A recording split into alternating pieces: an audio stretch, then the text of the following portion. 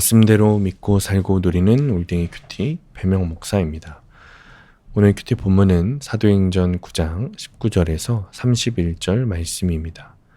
오늘 큐티는 든든히 서가는 교회라는 제목으로 사울의 변화에 대한 묵상입니다. 말씀 질문입니다. 왜 사울이 예루살렘에 올라갔을까요? 예수님을 만난 사울에게 놀라운 변화가 일어납니다. 그는 자신이 핍박하던 예수의 제자들과 함께 복음을 전하기 시작했습니다. 다메섹의 유대인들은 예수를 극렬히 배척하던 사울이 예수님을 전하는 모습을 보면서 아주 크게 당혹스러워합니다. 22절입니다. 사울은 힘을 더 얻어 예수를 그리스도라 증언하여 다메섹에 사는 유대인들을 당혹하게 하니라. 복음은 사람의 말이 아니라 하나님의 능력입니다. 따라서 어떤 반대에도 그 메시지는 변함없이 전파됩니다. 복음은 반대 속에서 오히려 더욱 강력한 능력을 나타냅니다. 사울의 변한 모습을 본 유대인들은 위협을 느끼며 그를 죽이기로 결정했습니다.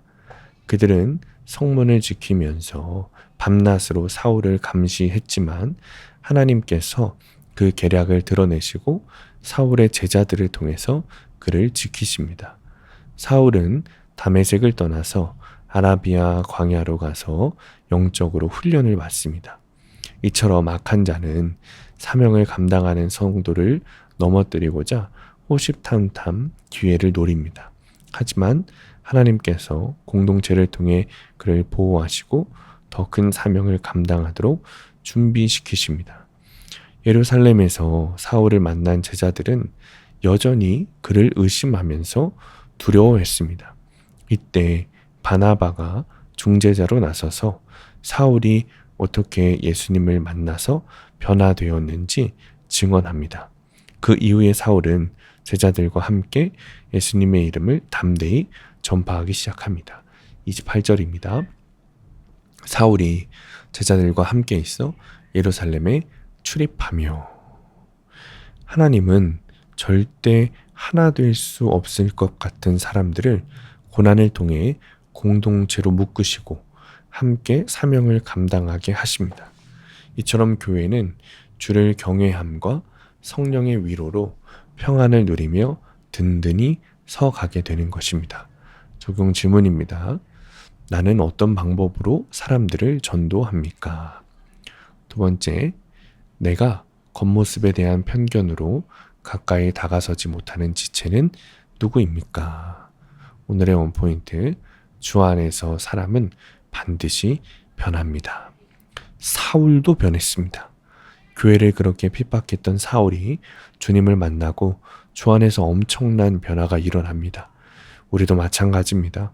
어떤 상황에서도 늘 주님이 우리와 함께 하시고 변화시키십니다.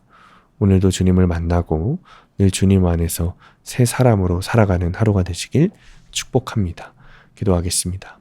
주님, 오늘도 변화된 모습으로 살아가게 하여 주옵소서. 옛사람에서 새 사람이 되게 하시고 변화된 모습으로 주님을 증거하게 하여 주옵소서. 예수님의 이름으로 기도합니다. 아멘. 오늘 큐티 말씀을 적용한 한 성도님의 큐티 묵상 간증입니다.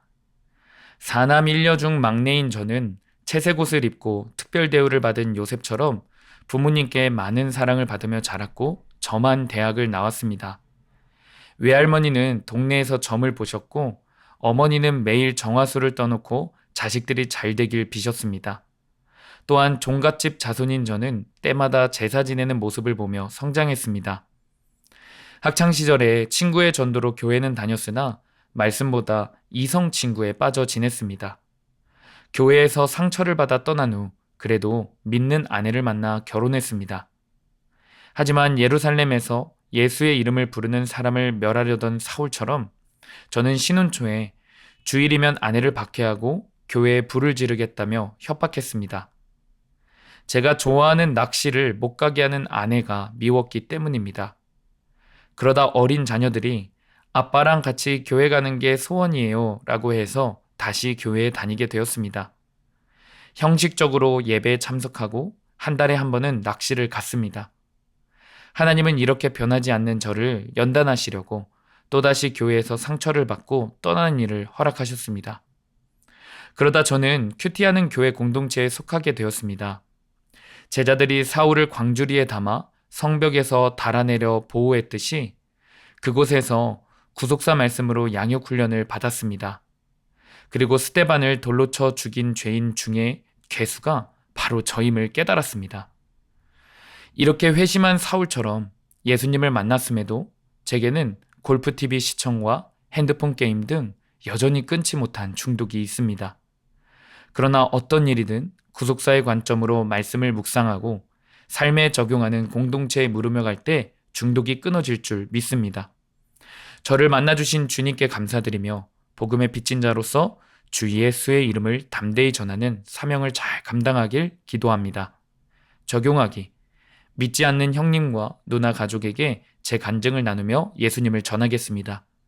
요양병원에 계신 어머니에게 면회 갈 때 공동체에게 기도를 부탁하고 가서 복음을 전하겠습니다. 오늘도 말씀대로 믿고 살고 누리는 성도님들 되시기를 축복합니다.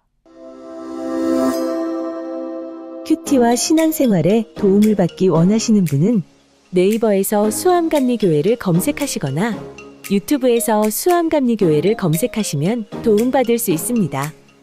자세한 문의사항은 지역번호 031-482-8047번으로 문의하시기 바랍니다.